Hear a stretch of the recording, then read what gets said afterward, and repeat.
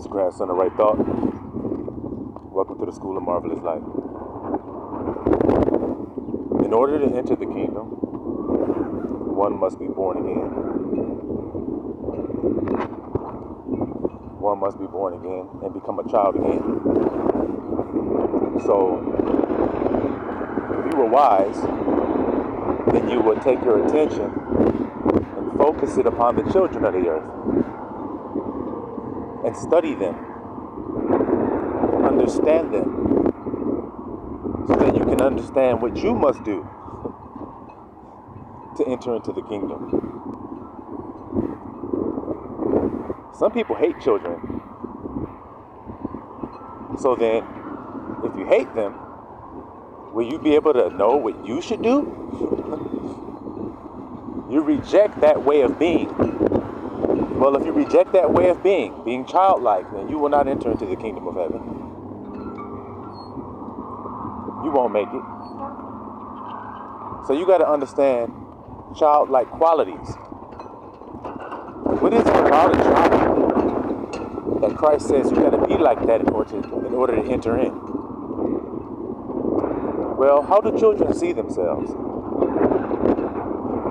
You could take your child and give them a bath. When you take their clothes off, they don't see themselves as offensive, as wrong, as exposed. They don't see themselves that way. They running around the house, private parts showing, they laughing, grabbing all on it, wee and everything. You like, hold on, brother. Get back in there, let me put this towel around you before you run out of there. Well, look at the joy. Look at the freedom. Look at the liberty he's given himself. He knows he exists because he's laughing. He's showing you. He's playing.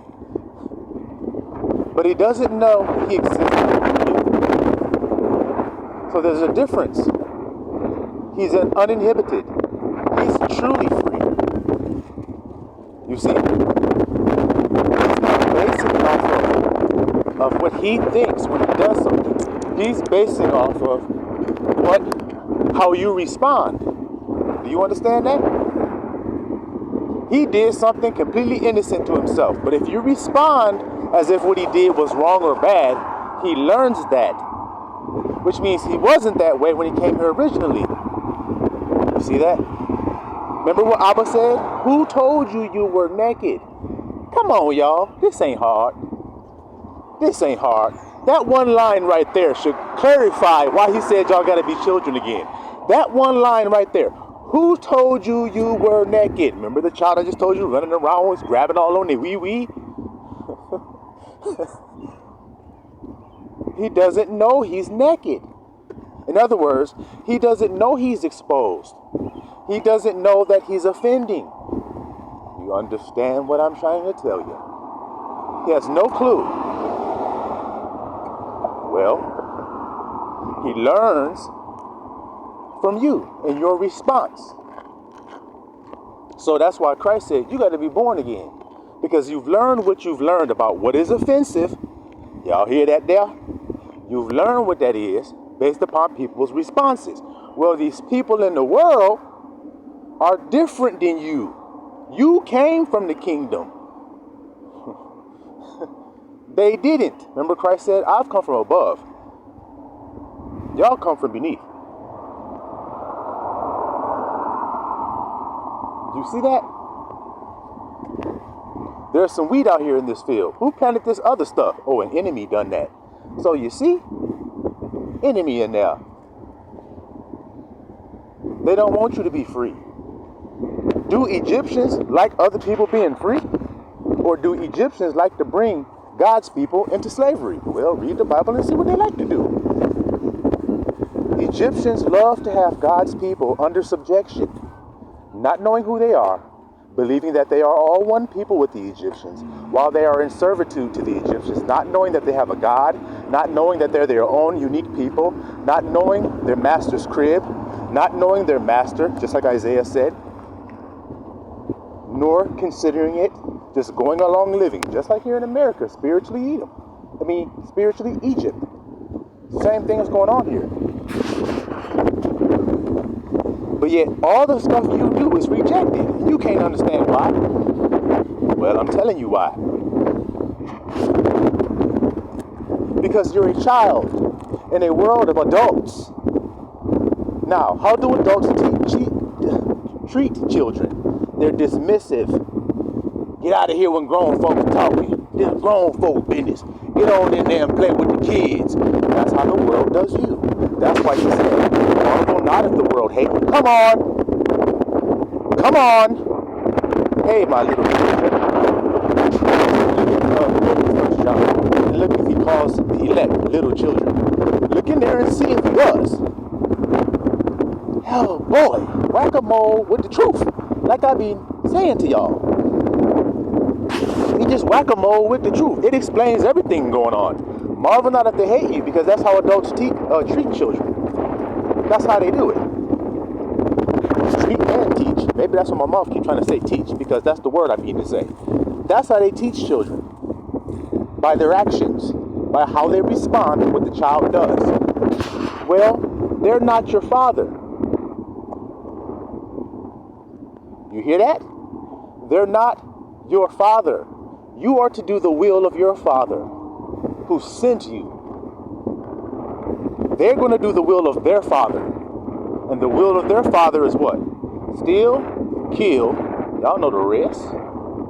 Y'all know the rest. What do? We give life and give life more abundantly. Steal, kill, destroy. Give life and give life more abundantly. Sounds like two opposing forces. Sounds like two opposing teams. Well, it is. It is. Grown folks versus the kids. Because it is. Because it is. It's the grown folks versus the kids. Now, what team you on?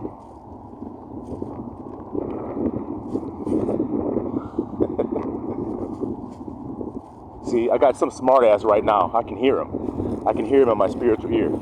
Kids that means goats.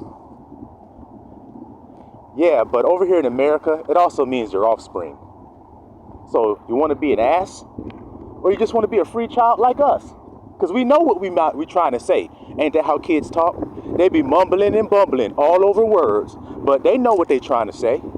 You be sitting there like, what you say? You got to ask one of their siblings. And their sibling will interpret it perfectly. You be like, what you say, son? He 2 years old. He like, I'm trying to say some shit. You like, okay, I can make out partially, but one of them words is a little off. You ask a sister who's 6. You go, what your brother say? He said he wants his sippy cup. Oh, here you go. He grabs it and walks off happy. You're like, damn, that's what he said? Damn. Sippy cup. I didn't know that's what he was saying. Shit, I thought he said I got a drippy butt. Shit, I looked at his diaper, it was clean. I'm like, well, what does he mean, drippy butt? He talking about sippy cup. Damn. Thank you, little sister. Y'all feel me? That's got to be you. That guy. The child. He says, they call him master of the house. Come on now. What he gonna call the children? Joint heirs. An heir of your estate is your child, isn't he? So why would he call us joint heirs and we're not children of the house? He also said, don't give the children's bread. It's not good to give the children's bread unto the dogs. So then there are children once again. Remember the two opposing teams I told you? He called the other team dogs. Now kids, children, they have the tendency to be afraid of a dog. But if they learn this little thing right here, then they'll overcome that fear. And what is it? To stand still and watch the salvation of the Lord. When the dog is barking and he comes running at you, you stand firm. Do not give off any emotes. Do not emote. See? Do not give off any vibrations of fear, doubt, any of that. Because anything with doubt is sin. So we throw that out. We tell you, nigga, get your ass out of here. I ain't afraid of you. What you gonna do to me? That's what you do with your vibration. You just stand there strong. Nigga, you can't do nothing to me. You see? But when you're a child and you don't know that, then you get afraid. Well, that's what they've been trying to do to you. They got a big ass bark, but they ain't got no bite. I told you, your enemy got big ass fangs in his mouth, but he ain't got no poison. That nigga ain't potent anymore. His poison was Christmas. His poison was that dumbass holiday y'all was serving with the Easter bunny, talking about the nigga laying eggs, worshiping Ishtar, worshiping the fertility goddess.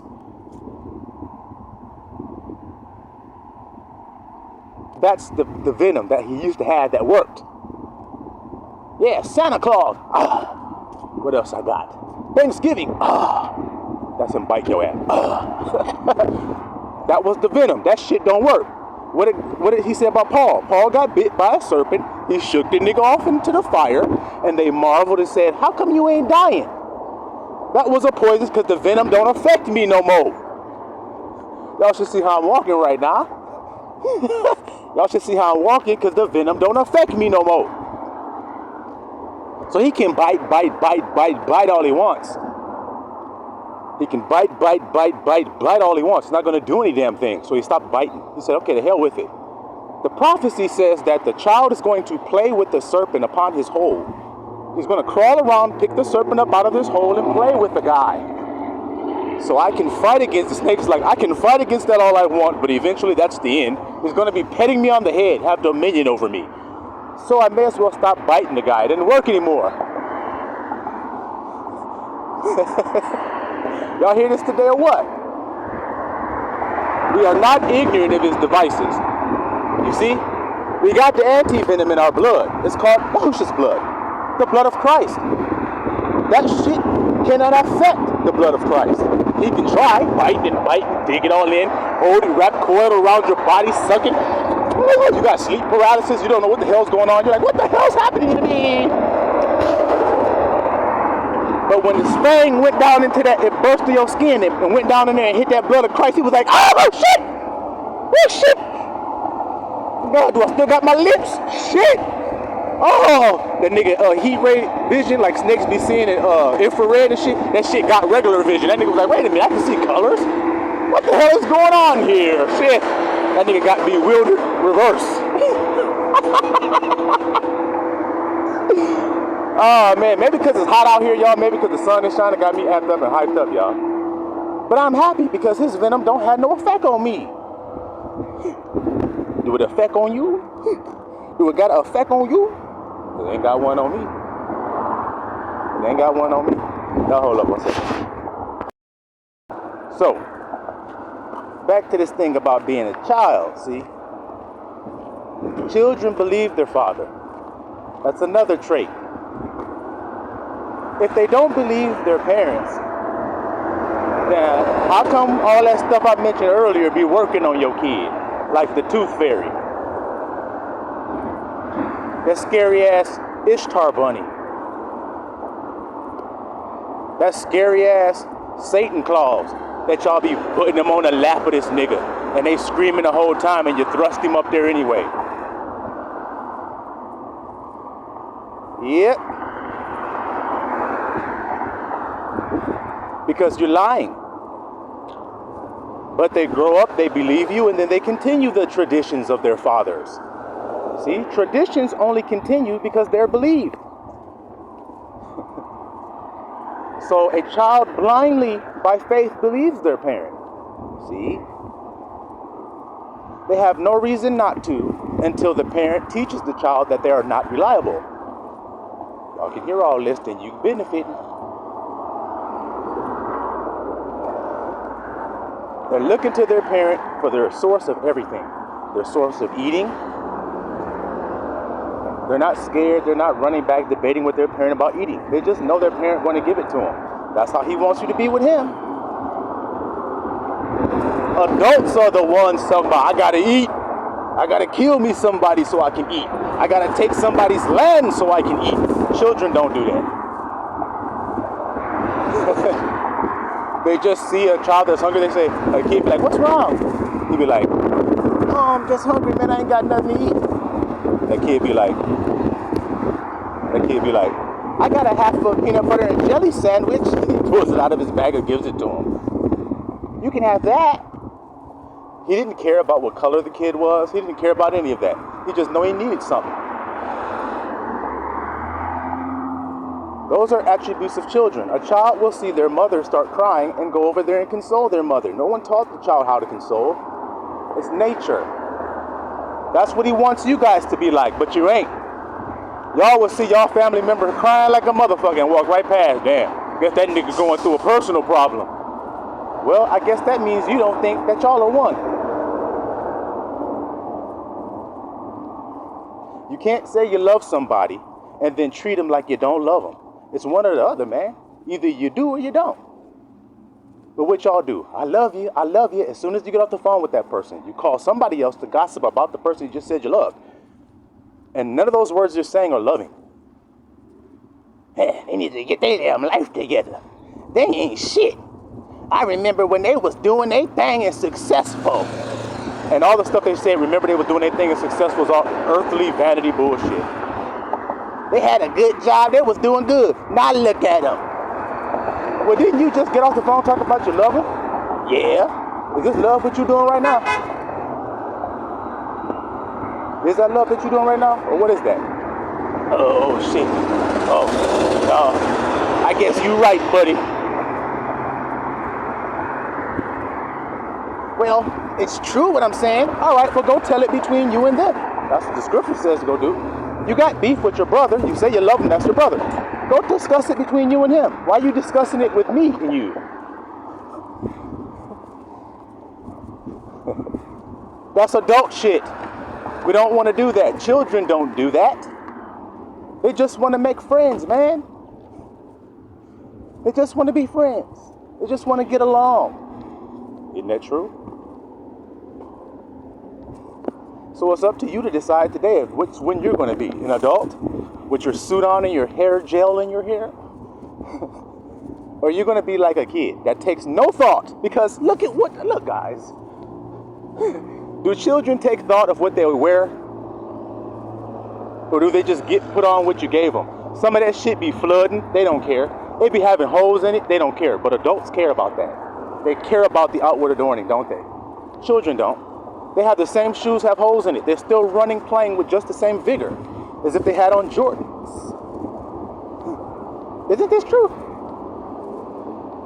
I mean, it is. So why fuss and fight and go back and forth about the harshest truth? Why? Hold up. My bad, y'all. So, children, they believe their parents. You see? Even though their parents be lying to them half the time. More than half the time.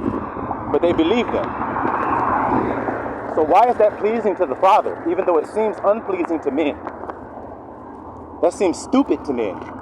To blindly trust, blindly believe. It seems retarded. But why is that pleasing to the Father? Because the Father is truth, love. Everything that He does is righteous, it's pure, it's perfect for you. So then you can blindly trust it. He knows that of Himself. He wants you to know it of Him. He wants you to accept it of Him. But how are you accepting it of Him if you are not believing it? That don't go the same. That don't go together.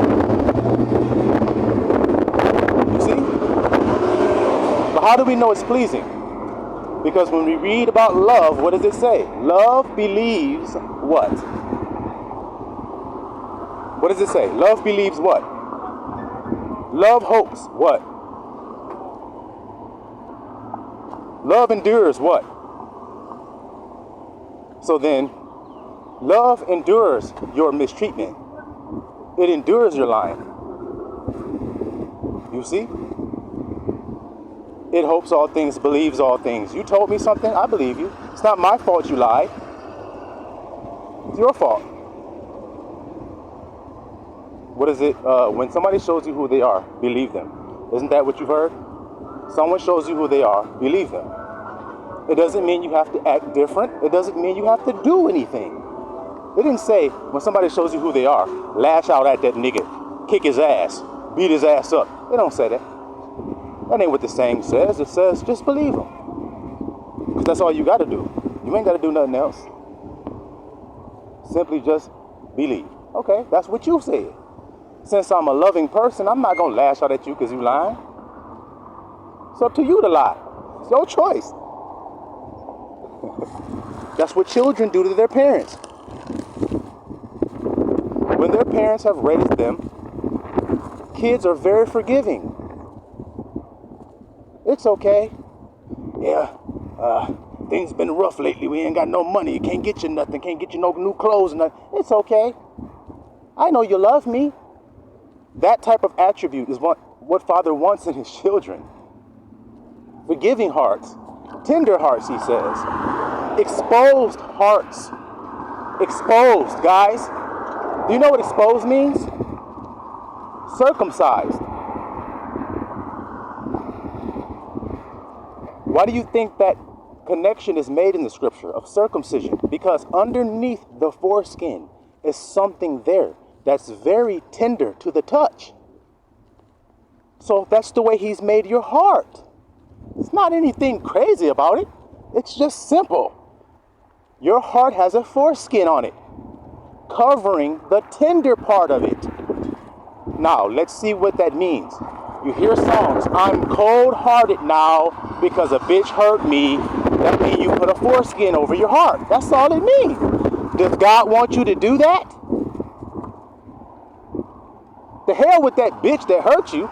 Do God want you to put a foreskin on your heart? So why are you putting a foreskin on it? Because you forgot you was a child. You forgot you be in the sandbox playing with little Layla, and y'all's holding hands and making sandcastles together. And you start to feel good about that. And then the next day you go to the sandbox and little Layla is in there with little Peter. You didn't go beat Peter's ass. You didn't strangle Layla. You didn't kill anybody. Nor did you put a foreskin on your heart.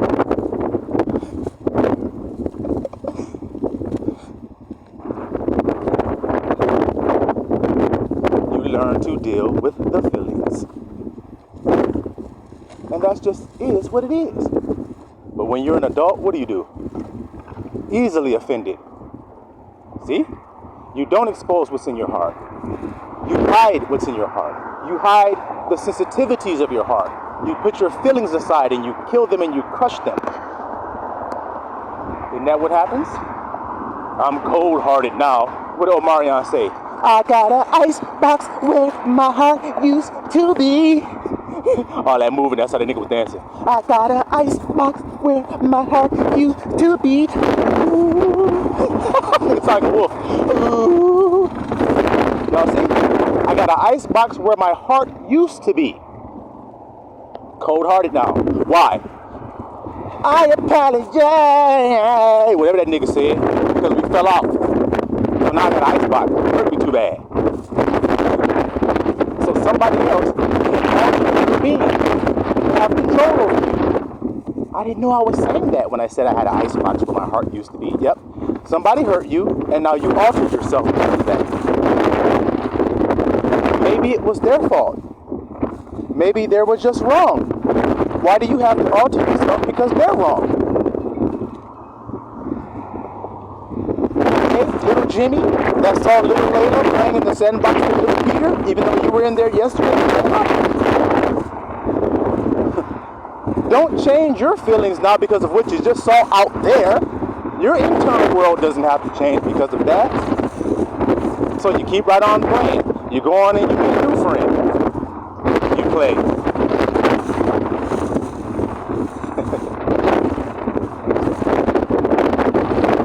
That's the way it is. I'm gonna be like, I'm a jealous God. And then you turn right around and you see little kids be jealous over their friends and jealous over their little girlfriend and shit. And you think, oh, that's bad, it's wrong. Well, all right, you didn't read Abba's word. You can't accept it, is all it is. How's God all powerful and he's jealous? Jealous means I want what belongs to me.